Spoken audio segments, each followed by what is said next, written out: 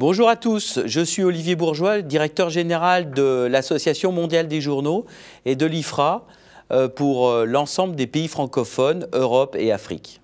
Le siège mondial de la ONE-IFRA est basé à Darmstadt, à côté de Francfort, et nous avons une entité à Paris qui s'occupe de la liberté de la presse et des nouveaux lecteurs.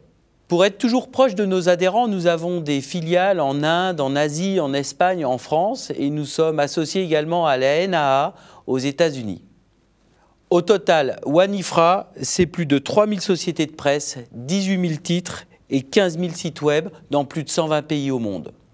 Elle organise également chaque année la plus grande exposition au monde destinée à la presse et le Congrès mondial des rédacteurs en chef. À l'origine, en 1961, les préoccupations des éditeurs étaient totalement centrées sur des problématiques techniques et en particulier des problématiques de couleur.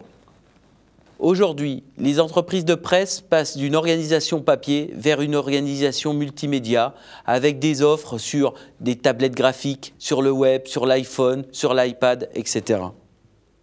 Grâce à ces départements conseil, recherche, formation, édition, événements, veille technologique, ONE-IFRA accompagne l'industrie de la presse dans leur mutation stratégique et opérationnelle.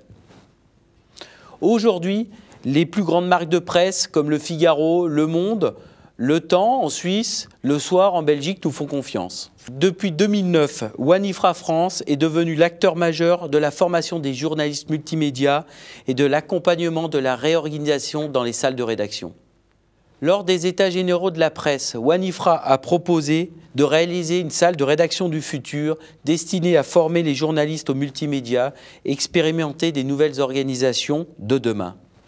Pour faire de ce projet ambitieux une réalité, l'Université Jean Monnet, l'Université Lyon 2 se sont associés au projet avec le soutien de la région de Rhône-Alpes, du département de la Loire et de Saint-Étienne Métropole. Ainsi, au premier semestre 2012, à moins de 200 mètres de l'endroit où vous vous trouvez, Rhône-Alpes Média, International Media Center, sera opérationnel et accueillera à terme plus de 350 journalistes et rédacteurs en chef de l'Europe entière. Ce lieu sera également un formidable outil de découverte des tendances, de développement, de recherche pour l'industrie des médias de demain. En me faisant l'honneur d'être le parrain de la promotion 2010, c'est une opportunité pour nos deux institutions de travailler, de réfléchir et d'agir dans une industrie où la technologie est tellement présente. Avec la formation que vous avez reçue à l'Institut Télécom de Saint-Étienne, je suis persuadé que vos qualités pourront aider l'industrie des médias. Je vous souhaite à tous, en plus de votre vie personnelle, une excellente vie professionnelle faite de défis et de réussites. Je vous souhaite une excellente fin d'après-midi.